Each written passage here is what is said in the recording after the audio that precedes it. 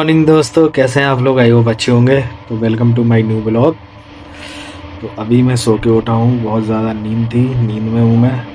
अब मैं उठता हूँ और अब मैं नहा के आपसे मिलता हूँ।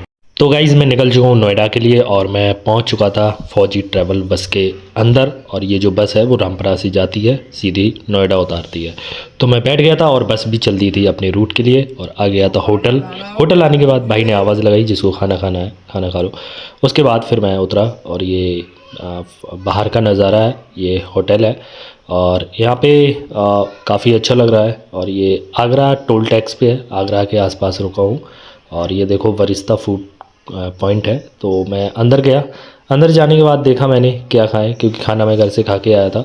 तो फिर थोड़ी सी भूख लगी तो मैंने टोकन लिया। टोकन लेने के बाद फिर मैंने लिया पेटीज़।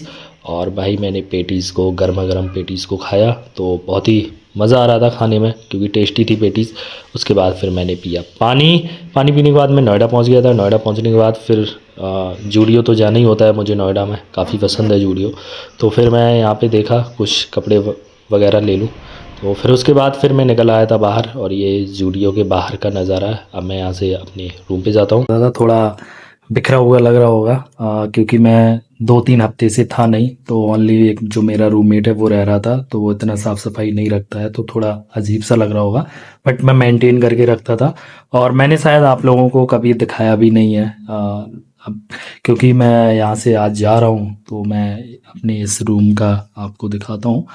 रूम देख ही लिया होगा, एक छोटा सा रूम था, बहुत बड़ा रूम नहीं है। बस यही है कि 2 साल मैंने थिएटर किया, समर थिएटर ग्रुप, उसकी याद है। उसकी अपने जो हमारे सर हैं, संदीप रावत सर, उनकी ब्लेसिंग, उनकी दुआएं, उनका आशीर्वाद मैं लेके जा रहा हूँ। क्योंकि जॉब मैं इसलिए करता था कि फुल टाइम मैं थिएटर को परस्यू नहीं कर सकता था। तो इसलिए, क्योंकि इवनिंग बैच था तो दिन भर मैं फ्री रहता, तो इसलिए मैं जॉब ही करता था। तो मेरी 2 साल की ये ट्रेनिंग कंप्लीट हो गई है और अब मैं यहाँ से जा रहा हूँ और एक न्यू दिशा के लिए। खैर एफटीआई और एनएसडी की तो तैयारी चली रही है, वो भी बस आपकी आशीर्वाद रहा तो जल्दी उसमें भी सिलेक्शन होगा और उसमें भी पढ़ने का मौका मिलेगा। बट समर थिएटर ग्रुप ने मुझे बहुत कुछ दिया है, मैं बहुत कुछ सीखा हूँ उस थिएटर ग्रुप से।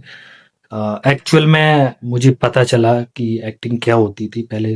मतलब हर किसी को लगता है कि एक्टिंग तो बस मुंह उठाओ और 2 डायलॉग बोल दो, एक्टिंग होती है। वो नहीं होता है। एक्टिंग एक कैरेक्टर बनाने में पसीने छूट जाते हैं। एक कैरेक्टर बनाने की स्टडी में हफ्तों का जो सिलेबस होता है, हफ्तों की जो प्रिपरेशन होती है, वो लगती है एक कैरेक्टर बनाने में।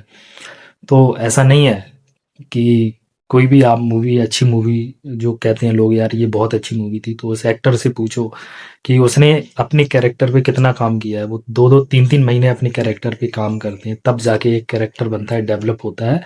उसके बाद जाके निखार आता है, तब लगता है कि हाँ यार एक्टिंग कैसी, कितनी अच्छी एक्टिंग थी। तो वही चीज़ है। बस मेरा ये, हाँ, रूम था। और इससे पहले मैं पीजी में भी रहता था। रूम में मुश्किल से, मैं इस रूम में मुश्किल से हार्डली 4-5 महीने रहा हूँगा। बाकी मैं पीजी में रहता था। रूम में रहने का मतलब यही था कि थिएटर मेरे पास में रह पड़ता था, तो वॉक इन भी चला जाता था। रात में आने की दिक्कत नहीं होती थी। मुझे पीजी जाने में बहुत टाइम लगता था। रात में 10:30 बजे, 11 बजे मैं थिएटर से छूट रहा हूँ। जब प्ले के टाइम पे रिहर्सल होती है तो 11-11 भी बज जाता है, तो जाने में 12 बज गया, 12:30 बज गया। तो ये दिक्कतों की वजह से फिर मेरा एक रूममेट था, बोला, एक एक मेरा दोस्त था, थिएटर भी करता था मेरे साथ ही, तो बोला कि यार रूम ले लेते हैं, रहते हैं। तो फिर मैं यहाँ रहने, सिर्फ आपने देखा भी होगा एक मेरा दूसरा चैनल है, उस पर आपने देखा होगा कि मैं पीजी की लाइफ स्टाइल दिखाता था। तो बस आप ऐसे ही ब्लॉग में बने रहिए और मैं आगे की अब आपको जर्नी में स्टार्ट करूँगा, दिखाऊंगा कि मैं कहीं जाने वाला हूँ। वो थोड़ा सरप्राइज़ है।